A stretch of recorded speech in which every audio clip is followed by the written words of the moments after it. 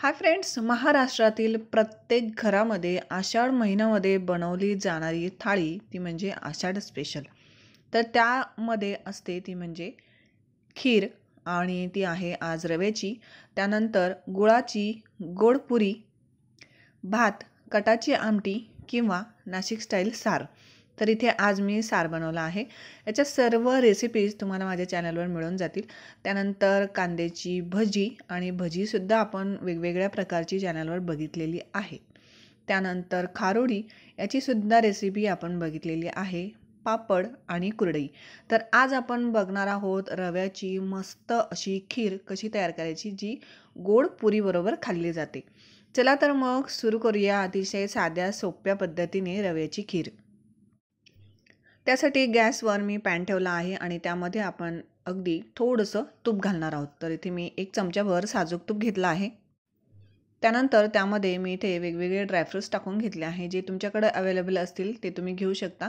इथे मी बदाम, मनुके, थोडेसे पिस्ते आणि अंजीर घेतला आहे. तर अंजिराची बारीक बारीक काप करून घेतले आहे. आता आपण हे 1 ते 2 मिनिटभर छान असं परतून घ्यायचं आहे. तर मनुका छान फुलायला सुरुवात झाली आहे, तुम्ही बघू शकता. आता आपण हे काढून घेऊया.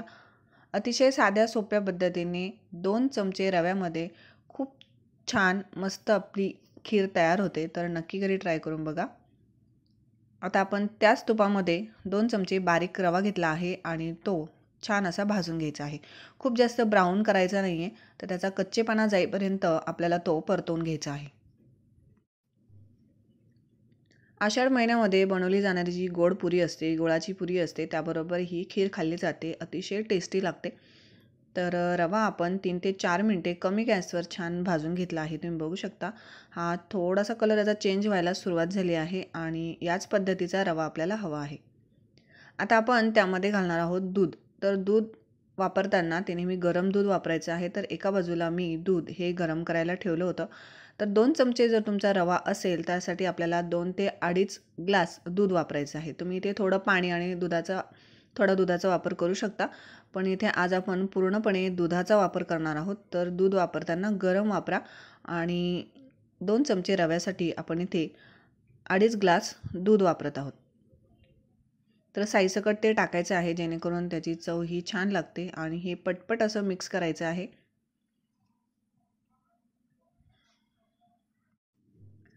2-2.5 ग्लास दूध साधारणतः अर्धा लिटर होतं आणि हे दूध आपण यामध्ये व्यवस्थित असं टाकून घ्यायचं आणि छान असं मिक्स करून घ्यायचं आहे. गुठळ्या होऊ द्यायच्या नाही आहे. आणि त्यानंतर आपण त्यामध्ये घालणार आहोत साखर. तर साखर ही तुमच्या आवडीनुसार तुम्ही कमी जास्त करून घेऊ शकता. पण इथे 5 चमचे साखर मी वापरत आहे. पोहे खायचा जो चमचा असतो त्याने आपण 5 चमचे साखर ॲड करूया, कारण गोड पुरीबरोबर आपण हे खात आहोत. पुरीसुद्धा गोड असते, त्या अंदाजाने साखर घालायची आहे. त्यानंतर ड्रायफ्रूट्स टाकूया, जे आपण फ्राय करून घेतले होते, आणि खजुराचे काप.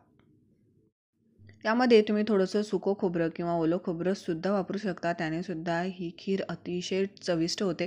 आता 1 ते 2 मिनिटामध्ये आपली खीर तयार होईल. ही थोडीशी पातळसर जरी दिसत असली, जसा रवा शिजेल तशी ही घट्ट होते. आणि त्यानंतर आपण त्यामध्ये केसर वेलची सिरप टाकून घेऊया. जर तुमच्याकडे नसेल तर तुम्ही वेगळी वेलची आणि वेगळं केसरसुद्धा यामध्ये ॲड करू शकता. तर छान कलर यायला सुरुवात झाली आहे, तुम्ही बघू शकता. मस्त ती दिसत आहे आणि चवीला तर अप्रतिम अशी लागते. झटपट होते आणि कमी साहित्यामध्ये होते. तर इतपत ती पातळसर आहे, तुम्ही बघू शकता. 1 ते 2 मिनिटानंतर ही छान घट्टसर होईल.